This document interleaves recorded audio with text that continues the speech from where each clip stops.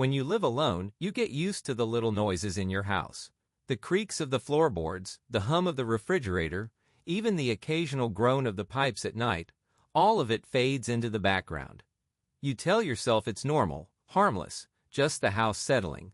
That's what I thought too, until I started noticing the shadow.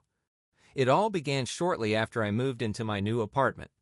It wasn't anything fancy, a one-bedroom place in an older building downtown. The rent was cheap, and the location was perfect for my commute. The landlord warned me it had a few quirks, like the drafty windows and the occasional flickering light, but I figured I could live with that. What I didn't know was that I'd also have to live with something else. It started innocently enough, as these things always do. I was unpacking late into the night, the kind of focused work that makes the hours slip by unnoticed. Around 2 a.m., I decided to take a break. I stood up from the mess of boxes, stretched, and headed to the kitchen for a glass of water. That's when I saw it for the first time. Out of the corner of my eye, I caught movement in the living room.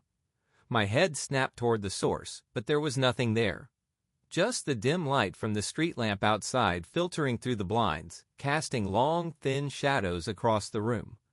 I shrugged it off as my tired brain playing tricks on me and went back to unpacking. But the feeling lingered. You know that sensation, like someone is standing just behind you, watching? I couldn't shake it. Over the next few days, I noticed a pattern. Whenever I walked into the living room, I'd feel an odd pull toward one particular corner of the room. It was the darkest spot, even during the day when sunlight poured through the windows.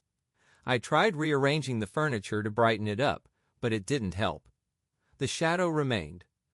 One night, as I was watching TV, I glanced toward the corner and froze. It wasn't empty. At first, I thought it was just the way the light fell on the wall, but then it moved. Slowly, almost imperceptibly, the shadow shifted, like it was leaning forward, peering at me. My chest tightened, and I forced myself to look away. When I glanced back, the shadow was gone. I told myself it was just a trick of the light, a combination of fatigue and my overactive imagination. But deep down, I knew it wasn't. Not long after, the nightmares began. They weren't your typical bad dreams. In these, I was always in my apartment, paralyzed, unable to move. The shadow in the corner would grow larger and darker, stretching toward me like tendrils of smoke. I'd wake up gasping for air, my heart pounding as though I'd just run a marathon. I tried to ignore it, but the dreams kept coming. They felt so real, like I wasn't dreaming at all. And every time I woke up, I'd find myself staring at the corner, half expecting the shadow to be there watching. The turning point came one Friday night. I had a few friends over for drinks and board games, hoping the company would take my mind off the strange occurrences. It worked for a while. We laughed, we joked, and for the first time in weeks, I felt like myself again. Then, around midnight, my friend Kate stopped mid-sentence and looked toward the corner. Her face went pale. "What's that?" she asked, pointing. The room fell silent. My stomach dropped as I followed her gaze. There, in the corner, was the shadow. It was darker and more defined than ever before, like a person standing just outside the reach of the light. Before I could say anything, the shadow shifted. Kate screamed, and the rest of us scrambled to our feet. "Turn on the lights," someone yelled, but my hands were trembling so badly it took me a moment to find the switch. When the room flooded with light, the shadow was gone. Kate refused to stay another minute. She grabbed her things and left, and the others weren't far behind. As I locked the door behind them, I realized I was truly alone, with whatever it was that had taken up residence in my home. The next day, I did what anyone in my situation would do. I Googled everything I could about shadows, ghosts, and paranormal activity. The stories I found weren't reassuring. Shadow figures were often described as harbingers of doom, entities that fed on fear and thrived in dark spaces. Some people claimed they were harmless, while others insisted they were pure evil. I wasn't sure what to believe, but I knew I couldn't go on like this. I reached out to a local paranormal investigator, a woman named Linda, who came highly recommended on an online forum. She agreed to come by the following evening. Linda arrived armed with sage, crystals, and a calm demeanor that made me feel slightly less terrified. She walked through the apartment, pausing in the living room. "This corner," she said, pointing to the exact spot where the shadow always appeared. "There's something here." She lit the sage and began a cleansing ritual, muttering prayers as she moved through the space. The air grew thick, almost suffocating, and for a moment I thought I saw the shadow flicker in the smoke. Then it was gone. "You should be okay now," Linda said, her tone confident.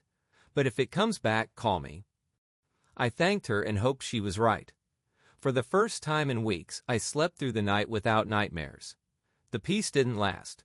A few nights later, I was sitting in the living room, scrolling through my phone when I felt it. That same oppressive weight, the sensation of being watched. I looked up, and there it was, the shadow, darker and more menacing than ever. This time, it didn't stay in the corner. It began to move, sliding along the wall like a living thing. I froze, unable to look away as it crept closer. My breath came in shallow gasps, and just as it seemed to reach out toward me, my phone buzzed loudly, breaking the spell. The shadow recoiled, retreating to its corner as if startled. I grabbed my keys and bolted out the door, not stopping until I was standing on the sidewalk, trembling in the cold night air. I couldn't stay there anymore. I called Linda again, begging her to come back. She agreed but warned me that whatever was in my apartment might be stronger than she initially thought. "I think it's feeding on you," she said. "Your fear, your attention, it's making it stronger." Her words chilled me to the core. I realized that every time I'd acknowledged the shadow, every time I'd looked at it or thought about it, I'd been giving it power. But how could I ignore something so horrifying, so real? After my second conversation with Linda, I knew that simply leaving the apartment for a few hours or even a night wasn't going to solve anything. The shadow wasn't just attached to the apartment, it had latched onto me. Deep down, I suspected it had been growing stronger with each passing day, feeding on my fear, my thoughts, and even my sleeplessness. The night after Linda's warning, I returned home with a renewed determination to face whatever this thing was. I told myself it was just a shadow, a trick of the mind that could be defeated with logic and resolve. But as soon as I stepped through the door, I felt it, the cold, oppressive energy that had become so familiar. The corner was darker than usual, even though I'd left a lamp on before I'd left. I avoided looking at it directly, trying to follow Linda's advice not to give it attention. But it wasn't enough. That night, the shadow proved that it wasn't content to stay confined to its corner. I was lying in bed, trying to fall asleep, when I felt a chill run down my spine. It was the kind of cold that seeps into your bones, unnatural and wrong. My eyes darted to the doorway, and I froze. The shadow was there. It wasn't just lingering in the corner anymore.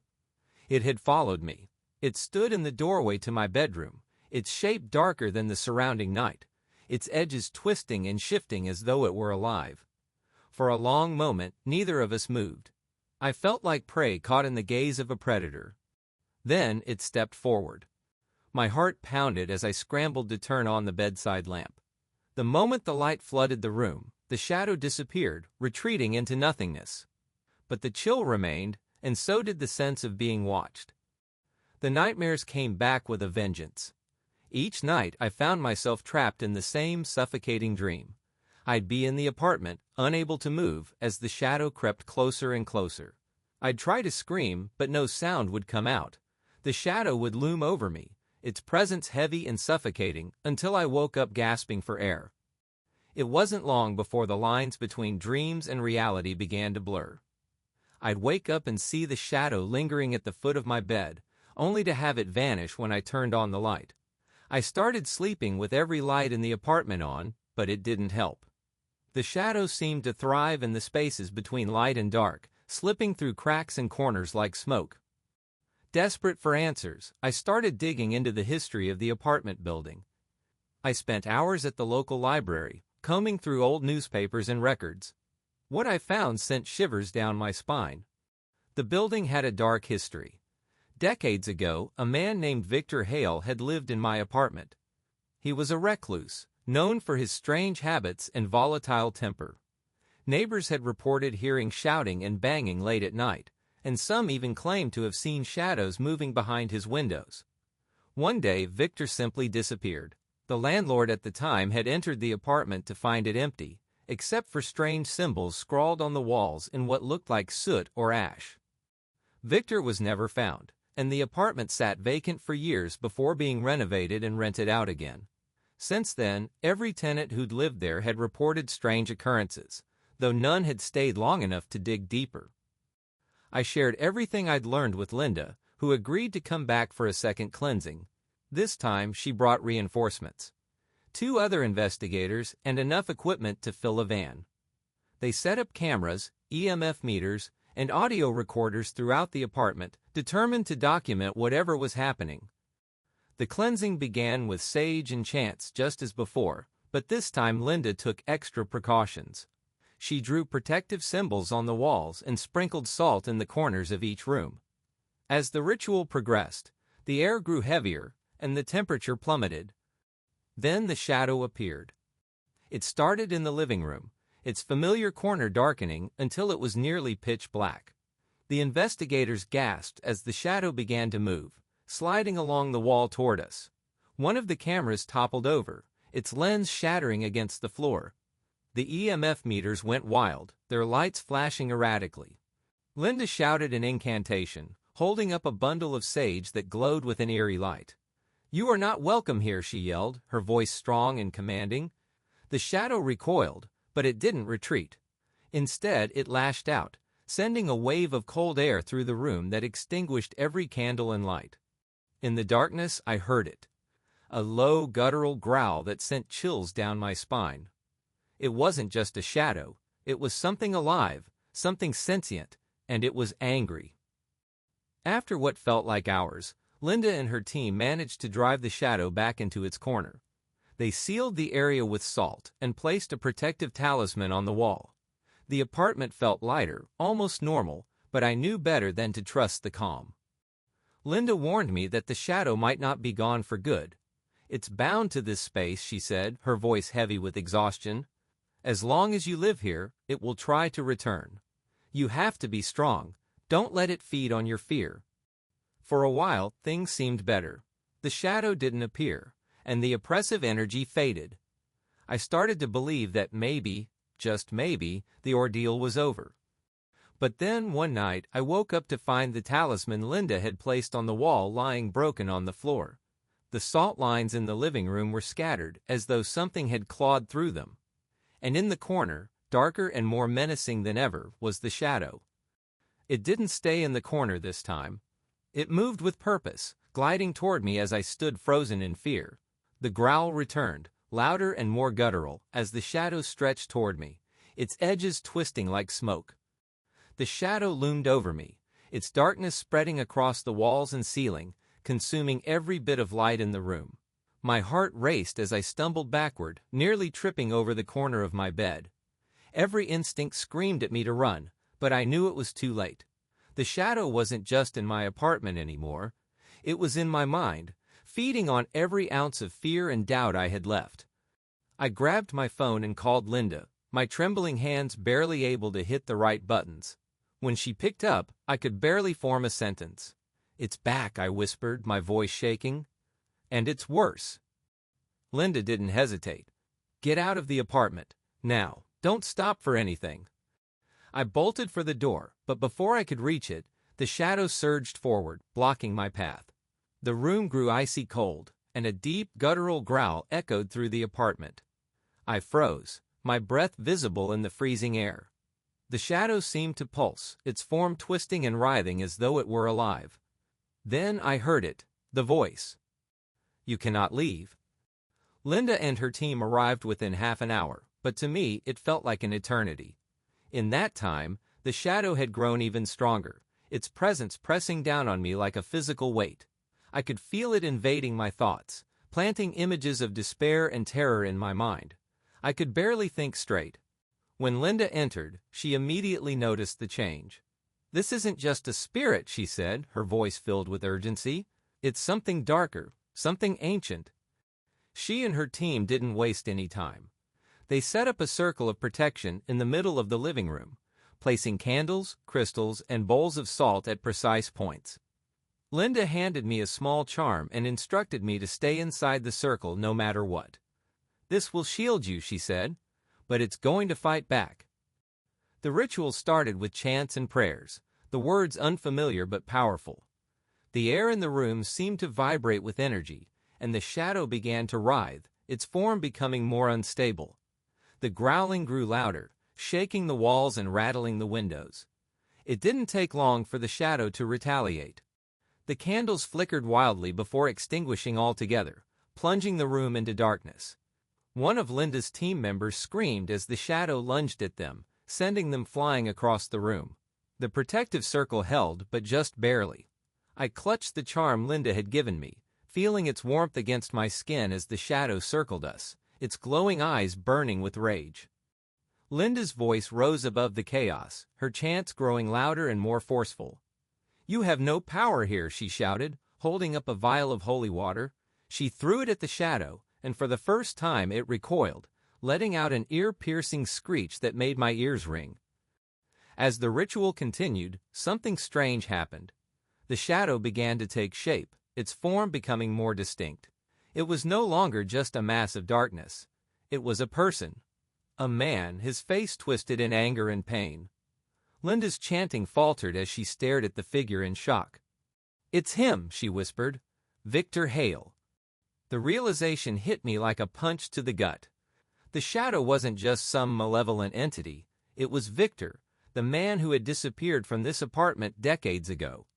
But he wasn't just a ghost. He had become something darker, something corrupted by whatever rituals he had performed here. Linda quickly regained her composure and continued the ritual, her voice filled with even more determination. "Victor Hale, you are bound to this place by your own actions. You must face the consequences of your deeds and move on." Victor's shadow let out a guttural roar, lunging toward the circle with renewed fury. The air crackled with energy as Linda and her team fought to hold the protective barrier. One of the team members lit a bundle of sage and began waving it around the room, the smoke creating a barrier that seemed to weaken the shadow. I knew I couldn't just stand there. Something deep inside me, whether it was courage or sheer desperation, told me I had to take action. Clutching the charm tightly, I stepped out of the circle, ignoring Linda's shouts to stay put. The moment I stepped forward, the shadow turned its attention to me. Its glowing eyes locked onto mine, and I felt a wave of fear so intense it nearly brought me to my knees. But I didn't back down. "You don't belong here," I said, my voice trembling but firm. "This is my home now, and you have no power over me." The shadow hesitated, its form flickering. For a moment, I thought it might retreat. But then it surged forward, enveloping me in darkness. The cold was unbearable, and I could feel Victor's rage and despair pressing down on me. But I didn't give in.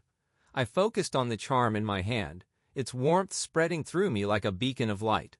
I thought about everything Linda had taught me, about standing my ground and not letting fear take control. As the darkness closed in, I shouted the words Linda had chanted earlier. "You have no power here." The charm in my hand grew brighter, its light cutting through the shadow. Victor let out a final, anguished scream as the light engulfed him, tearing his form apart. The darkness receded, and the oppressive energy lifted. When I opened my eyes, the shadow was gone. The apartment was still and silent, the air warm and light for the first time in weeks. Linda and her team stayed with me for the rest of the night, ensuring that the apartment was fully cleansed. They placed protective wards around the building and left me with charms to keep the negative energy at bay. In the weeks that followed, I slowly began to rebuild my life. The nightmares stopped, and the oppressive feeling in the apartment never returned. But I'll never forget the shadow in the corner, or the way it nearly consumed me. Some nights, I still feel a chill in the air and wonder if Victor Hale is truly gone. But I've learned to stand my ground, to face my fears head-on. Because in the end, that's the only way to banish the darkness. Thank you for joining me on this terrifying journey. If you enjoyed this story, don't forget to like, comment, and share. Stay tuned for more spine-chilling tales of the paranormal.